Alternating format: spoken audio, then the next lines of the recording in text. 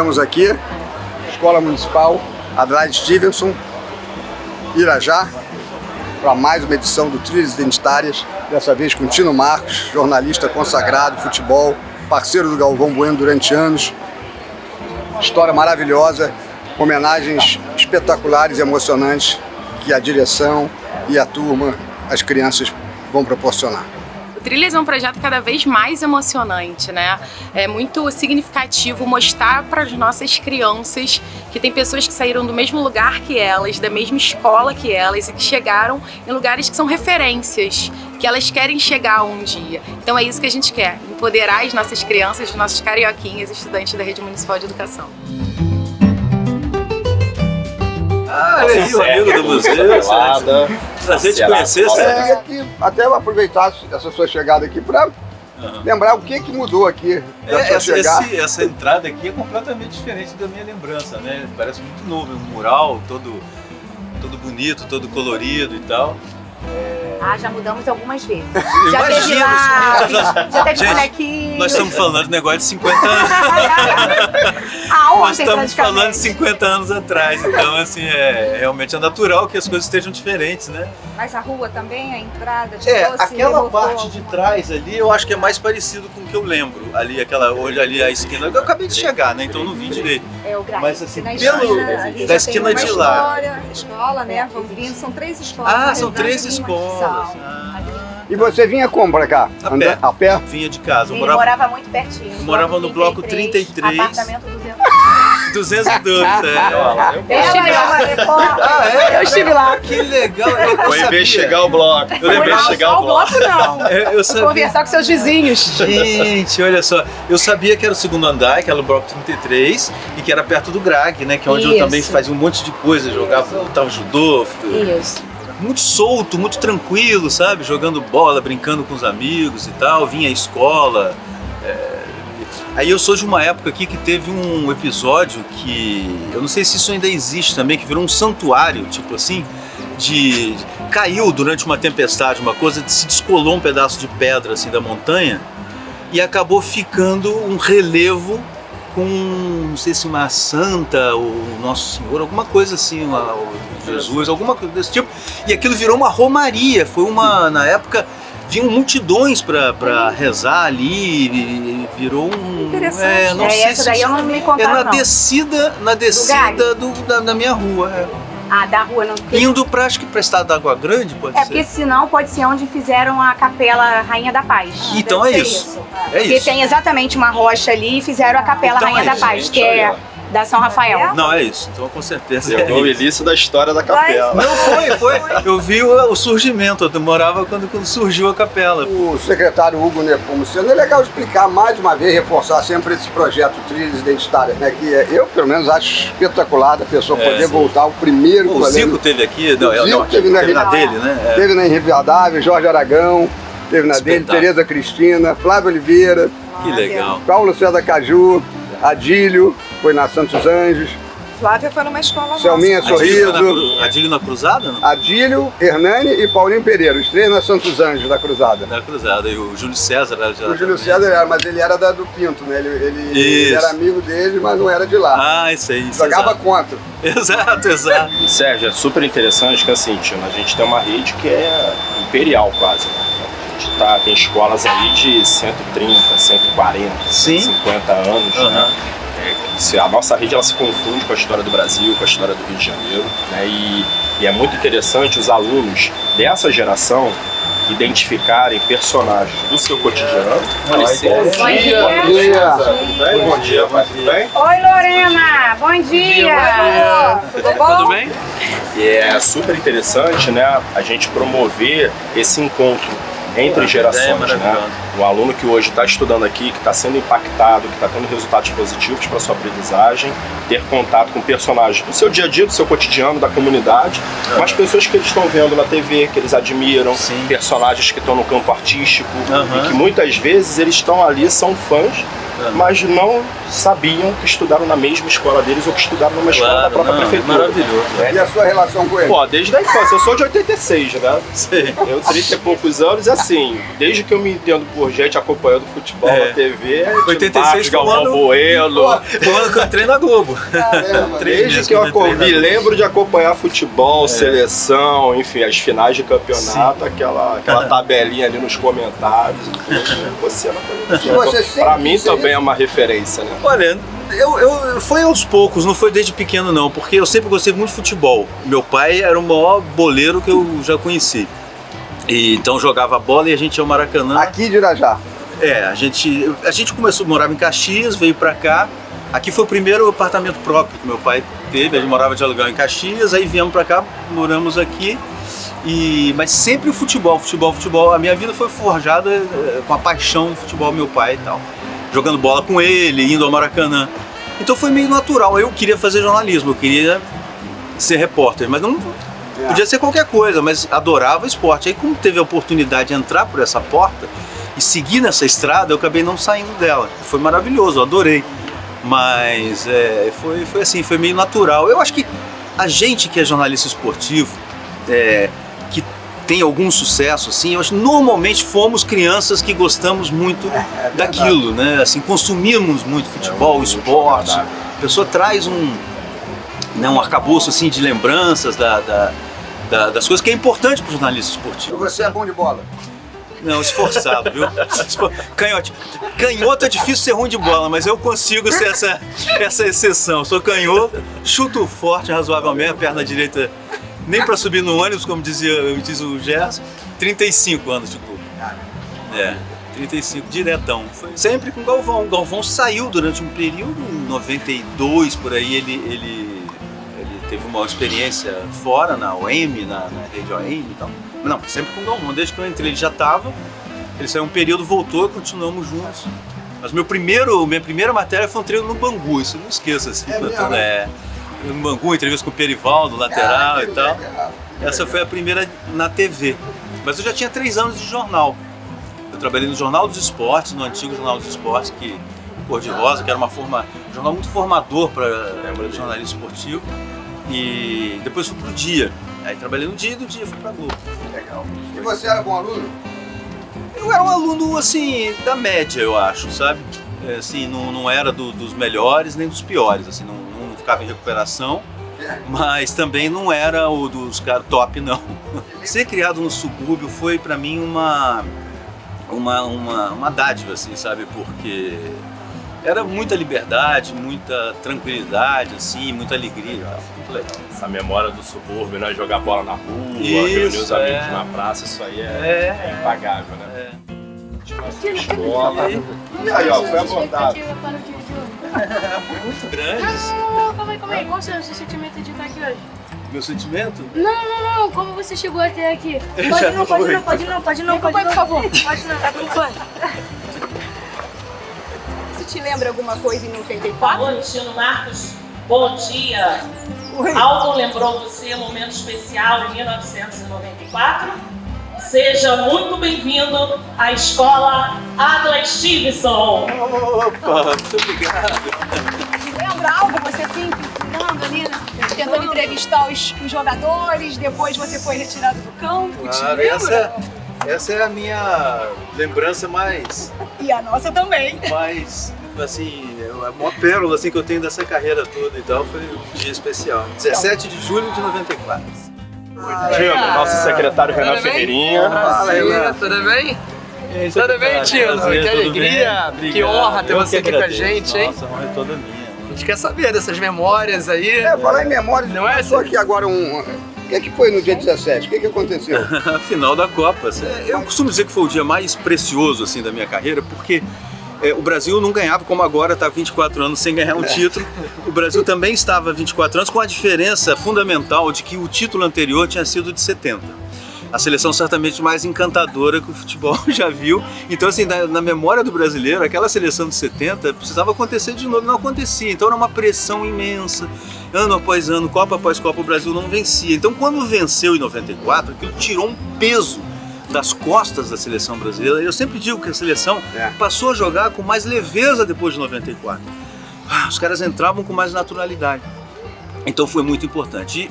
Era a minha segunda Copa e era uma final e eu estava no campo de maneira até clandestina, assim, eu posso confessar, porque não podia, a FIFA não permitia repórter em campo.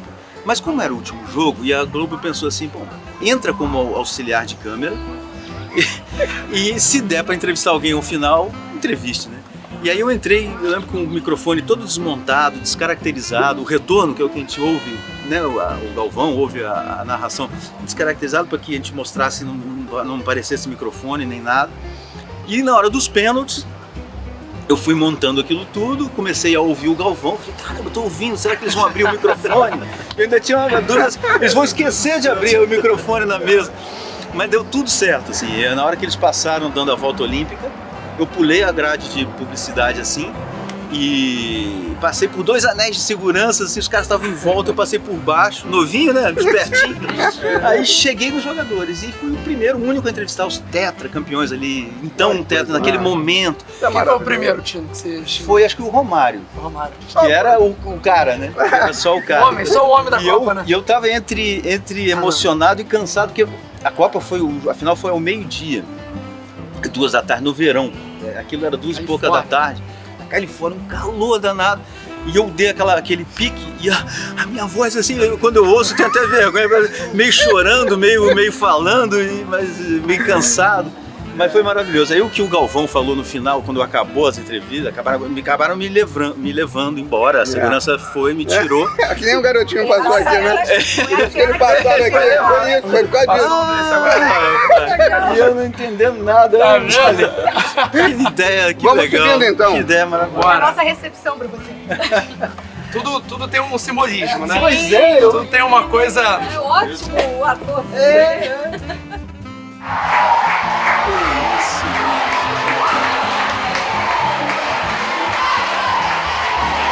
Meu Deus do céu.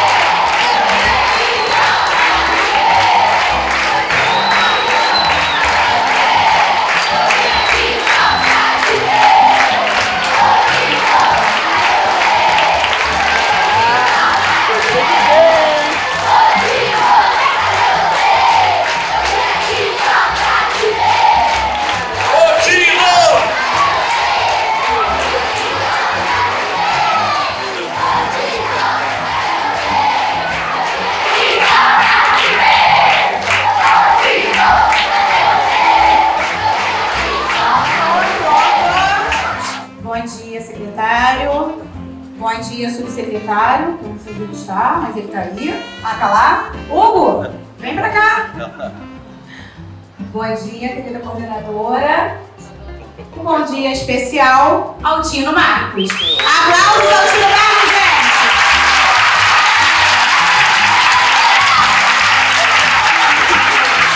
Alegria, gente, agradecer aqui a nossa diretora, todo o nosso time. Que honra estar aqui com vocês, agradecer, Tino, obrigado, tá? Uma emoção muito grande ter você aqui com a gente. Vocês sabem, gente, que é um grande exemplo, acima de tudo, de ser humano e de profissional. Porque todos vocês aqui, eu sei que estão sonhando grande aí, para poder seguir suas profissões, para poder fazer suas famílias tão felizes. E vocês têm um ex-aluno que estudou nessas mesmas carteiras, né, Tino? Chegou o momento de curiosidades. Que bom que deu tempo. Estava indo para Marataízes, mas fui avisado que essa escola estava me homenageando. Cheguei!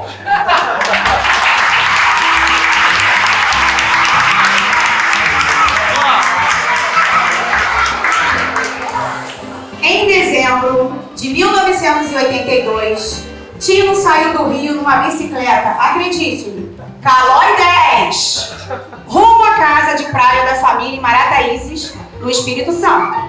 Ele estava acompanhado de um colega de faculdade, lembra?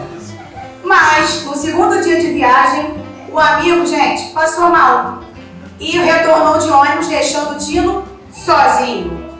A aventura do Tino durou 3 dias. Tino chegou ao destino depois de recusar inúmeras ofertas de carona. Ele não quis, mas segundo ele foi sensacional.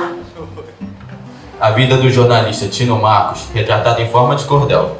A vida de Tino.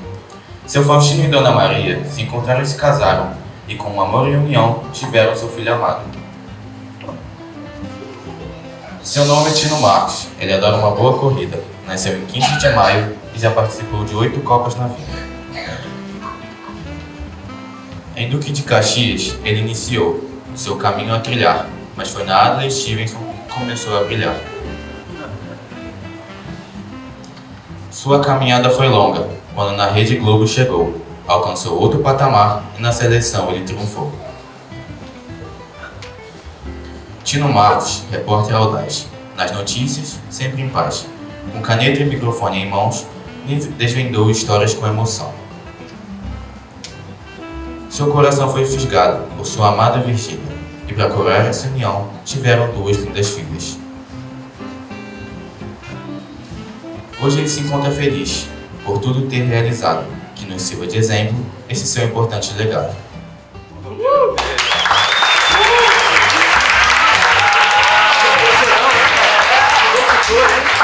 Esse foi o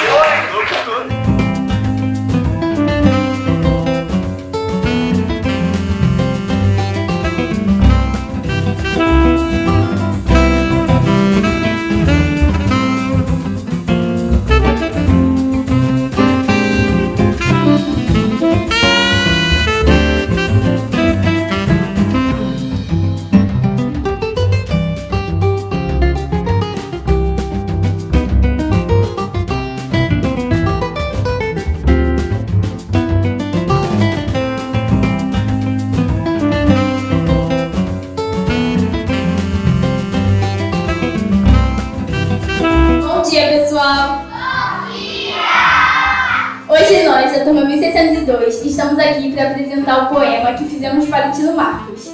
O título do poema é Falar de Tino Marcos é poetizar. Seu nome revela adjetivos que expressam sua paixão, a sensatez do seu ser em plena expansão. Tino Marcos, jornalista, coração rubro-negro, no campo da vida idealista, comunicador por inteiro. Com sua voz, enaltece a comunicação, trazendo para a nação brasileira entretenimento e muita emoção. Apesar de não ser Buda, é um homem iluminado. Pela simplicidade de sua existência, é uma celebridade de grande excelência. Na liberdade procuras navegar, no mar aberto da imaginação, mestre que articula com estilo no horizonte da inspiração.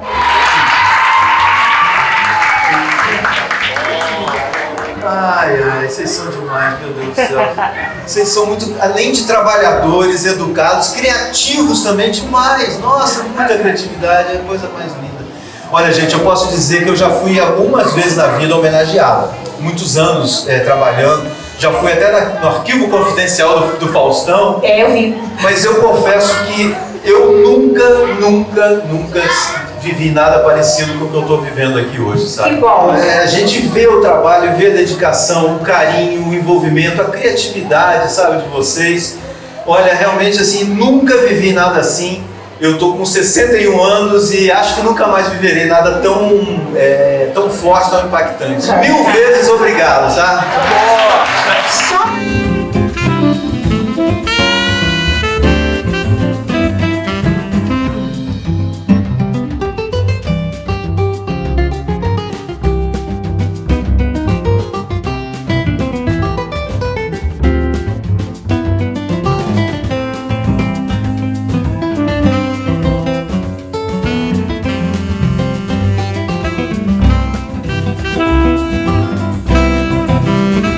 Olha só, que caminho lindo aqui. Sem ter algo que ficasse para sempre também nessa escola. E a gente pensou, né, que uma boa forma de conseguir fazer isso, deixar um bom legado, é através da arte. Que a arte faz com que a gente sempre relembre, né? Quando você olha para um mural, quando você olha para uma pintura, você relembra isso bastante. Então, Tino, a gente queria aqui, hoje, nesse dia 23 de agosto de 2023, poder inaugurar aqui o nosso mural Nádia Stephenson, aqui diretamente de Vista Alegre, na Quinta Q. Essa singela homenagem para você.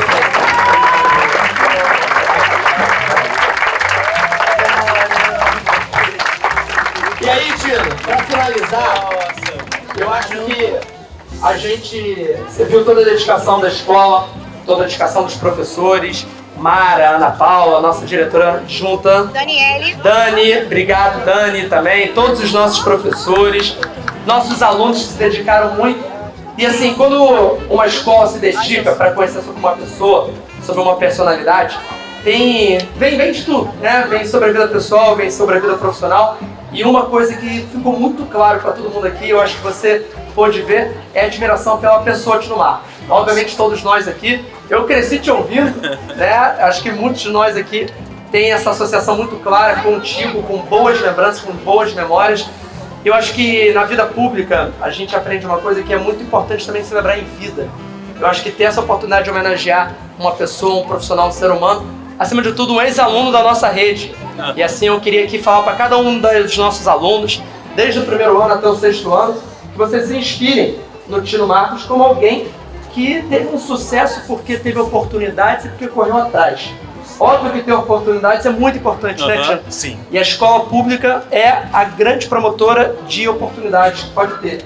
Mas ir atrás, suar, correr atrás dos seus sonhos é fundamental. Então vocês têm uma pessoa aqui que há poucos anos, alguns anos atrás, estava nessas mesmas escolas, nessas mesmas salas, nas mesmas carteiras, que vocês possam se inspirar. Então, Tino, obrigado, Virgínia, obrigado pela manhã de hoje. Vocês vão ver isso para sempre na vida de vocês. Obrigado, Tino. Olha, secretário, não sei se todo mundo está me ouvindo, eu acho que isso aqui é muito mais do que eu mereço, é muito mais do que eu poderia imaginar, é muita generosidade de vocês, é muito carinho, é algo assim realmente muito, muito enriquecedor para a minha vida. As palavras do secretário eu faço as minhas, galera. Vamos olhar para frente, vamos trabalhar com alegria, estudar, obedecer ao que dizem as professoras, a diretora, e vamos ser felizes, vamos viver no Rio de Janeiro melhor do que a gente vive hoje e que a gente sempre acredite nisso, que a gente pode conseguir as coisas que a gente deseja. E a gente tem que dar cada passo, a gente não pode pensar no ponto final, quero ser famoso, quero ser um médico. Não, para ser um médico eu preciso passar de ano, para passar de ano eu preciso me dedicar e dar cada passinho para a gente chegar onde a gente quer chegar. Vocês estão de parabéns pelo comportamento, pela maneira alegre, pelo brilho nos olhos que vocês têm, desde o mais pequenininho até a diretora aqui dessa escola, passando pelo secretário. Então esse projeto, como eu disse, é um exagero para mim, realmente eu não merecia tudo isso, mas é demais, demais, eu levo pro fundo do meu coração. Obrigado, gente! Parabéns!